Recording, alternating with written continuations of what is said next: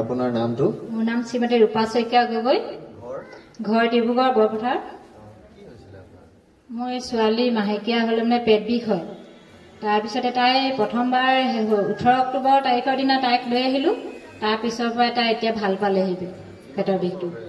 তাই শান্তি হোৱাৰ পৰা হৈ আছিলে হ'ল এতিয়া মানে তাই ইয়ালৈ অহাৰ পৰা ভাল পালে। এবাৰে আহিছে, আজি ধৰি তাই দুবাৰ আহিছে।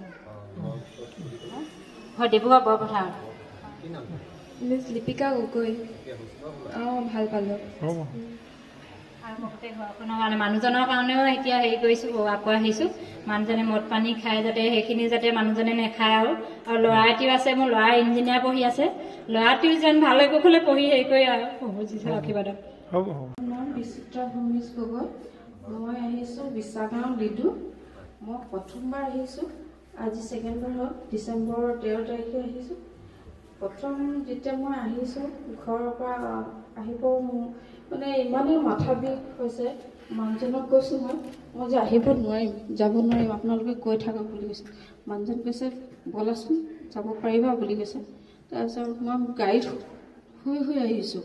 একদম গোটেই মানে লিডুৰ পৰা ইয়ালৈকে শুয়ে আহিছোঁ। ছোৱালীজনী কোলাতে শুই আহিছোঁ। ছোৱালীজনী কৈছে মা ইমান গা বেয়া হৈছে, কেলৈ আহিছোঁ বুলি কৈছে। যেতিয়া মই প্ৰাৰ্থনা গৃহত সোমাইছোঁ তেতিয়াও বুকুটো ইমান খুন্দা মাৰি ধৰিছে, মই নিজে ক'ব নোৱাৰিছোঁ। বহুতেই বেয়া লাগিছে মানে মনটো। যেতিয়া ভিতৰত বহি থাকোঁতে মানে ইমানে কান্দি আছোঁ, মই প্ৰাৰ্থনা কৰিব পৰা নাই। তাৰপিছত যেতিয়া প্ৰাৰ্থনা গৃহৰ পৰা ওলাইছোঁ মনটো ইমানে পাতল লাগিছে, মোৰ এতিয়াও গাটো বহুত পাতল লাগি আছে।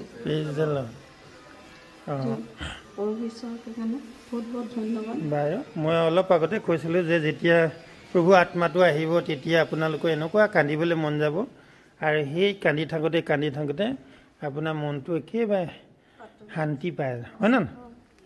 ঘৰ ক'ত কৈছিলে? বিশ্বাগত। ঠিক আছে, হ'ব।